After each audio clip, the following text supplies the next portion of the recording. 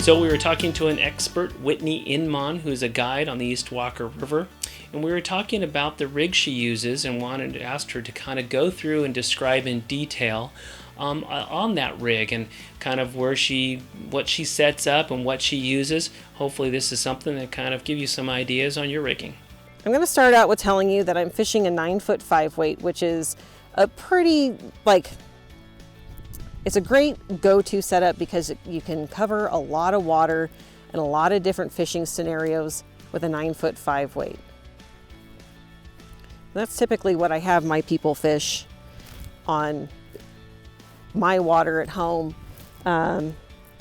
It's easy to cast, and again, it applies to a lot of different fishing scenarios, whether you're throwing light streamers, dry flies, indicator rigs. Depending on the person's casting ability will tell me if they need a faster action rod or slower action rod. I try to have everybody on a little bit faster action rod because initially everybody wants to start out being a river runs through it and casting spells. But it allows me to teach them to slow it down. Sometimes I'll start them out. If I don't know how much they know how to cast, I maybe start them out with a slower rod and teach them to slow down, wait for the pause in your casts. Casting is incredibly critical. Euro nymphing's great. There's a lot of great scenarios for being really productive on a lot of different water, but not all water is built the same. You wouldn't want to Euro nymph this. It's not moving quite fast enough. It's not really pockety to pick it apart kind of water. So this is, certainly not a Euro check nymphing scenario. Upstream a little ways, maybe more so, maybe downstream, down here, might be a little bit better.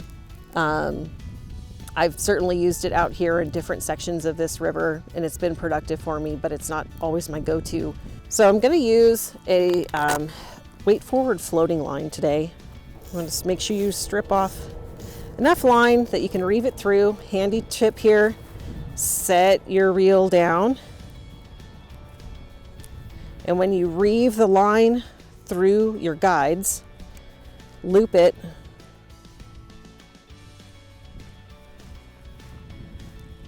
and walk it down, because in the event it slips, and it'll hold up for you. And you don't have to chase it all the way back down your guides. Don't chase your guides.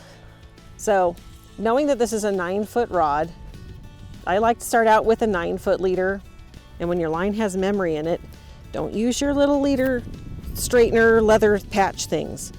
Put a little tension on your leader, pull it, it'll straighten right out. What happens when you heat it up, or if you run it through your hands and heat up that leader, it breaks down the structural integrity of your leader and it creates weak points in your leader. Cool information while we're out there on the East Walker River.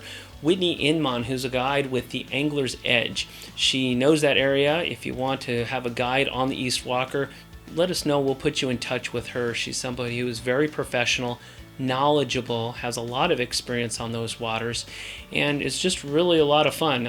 Somebody that would be very professional and well versed to put you onto some fish. Let us know. We'll see you right here next time on the Backcast.